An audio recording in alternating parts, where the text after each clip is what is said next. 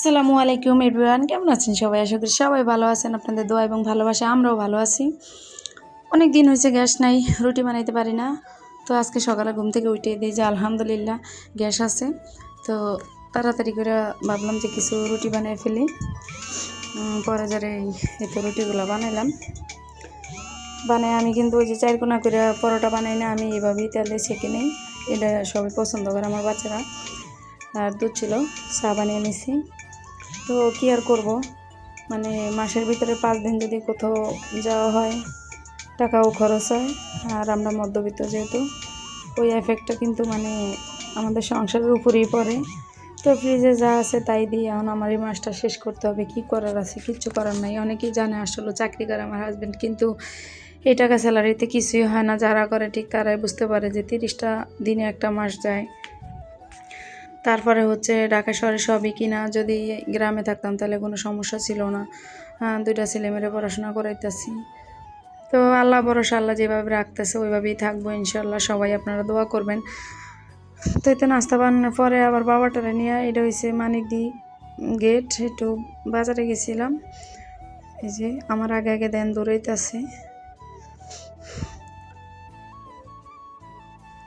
তো রান্না করব, কিছু মাছ ছিল, পুঁটি মাছ ছিল। এই যে তো মাছটা আমি ভেজে নিছি অফ ক্যামেরায়। তো তারপরে হচ্ছে আলু না দিলে হয় না। সবচেয়ে আমার মনে হয় যে সস্তা হয়েছে এখন আলু আর শিলপাটায় যে পেঁয়াজ রসুনগুলো আমি একটু বেটে নিছি। তো কড়াইতে তেল দিয়ে দিলাম। তেলটা ভালো করে গরম হওয়ার পরে যে পেঁয়াজ রসুনগুলো আমি ভালো করে ভেজে নিচ্ছি।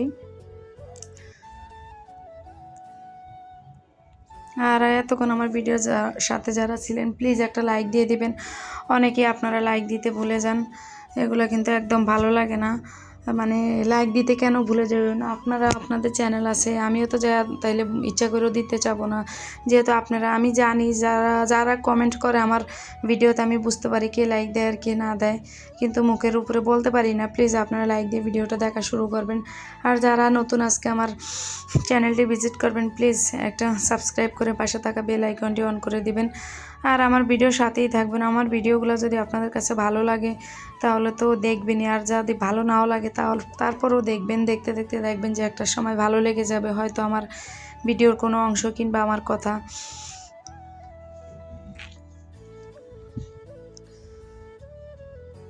তো এখন বাজারে গেলে বোঝা যায় যে মনে হয় সবচেয়ে যে বললাম সস্তা হয়েছে আলু।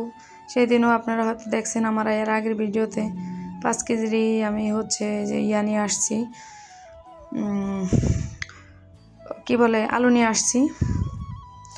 দুনিয়াতে যে কি হইলো, কয়দিন আগে যে উত্তরা মাইলন স্কুলে হচ্ছে আপনার আগুন ধরলো। আজকে আবার হচ্ছে বিমানবন্দরে, যে আমি তো 14 তলায় থাকি, এটা হয়তো অনেকের কাছে গল্প মনে হবো না, আসলে বাস্তব। 14 তলার 3 তলায় আমি থাকি। তো 14 তলার ছাদে উঠে পরে ওখানে বিমানবন্দরে সব কিছু দেখা যায়। দেখলাম ছাদটা সবসময় তালা মারা থাকে, কিন্তু আজকে খুইলা দিছে। মানে সবাই দেখতে চাইতেছে, কারণ সবাই তো আর কাছে যাওয়া দেখা সম্ভব না।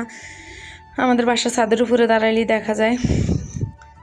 কি যে চলে দুনিয়াতে তা আল্লাহ মাবুদে জানে। তো সবাই আমার বাচ্চাদের জন্য দোয়া করবেন, আমার জন্য দোয়া করবেন, আর আমরাও সবার জন্য দোয়া করি। আর যারা আমার ভিডিওগুলো দেখেন আর এত সুন্দর সুন্দর কমেন্ট করেন, অসংখ্য ধন্যবাদ আপু তোমাদেরকে, ভাইয়াদেরকে। আর কীরকম ভিডিও দেখতে চাও, কীরকম ভিডিও দেখলে তোমাদের কাছে ভালো লাগবে অবশ্যই আমাকে একটু কমেন্টে জানাবে, না হলে তো বুঝতে পারবো না কার মনে কীরকম চাহিদা, কে কীরকম চায়, অবশ্যই বলবা। আর দুপুরে একটা আমি লাইভে আসি, যাদের সময় থাকে আমার লাইভে যুক্ত হইতে পারো। আমার একটা ফোন দিয়ে লাইভ করি, ভিডিও করি, অনেক কষ্ট হয়ে যায়, আপুদেরকে সময় দেই, তারপরেও চেষ্টা করি। আজকের মতো এখানেই বিদায় নিচ্ছি। সবাই ভালো থাকবা, সুস্থ থাকবা। আল্লাহ হাফেজ, আসসালামু আলাইকুম। মাছটা কিন্তু আমি একদম শুকনো করে ফেলেছি।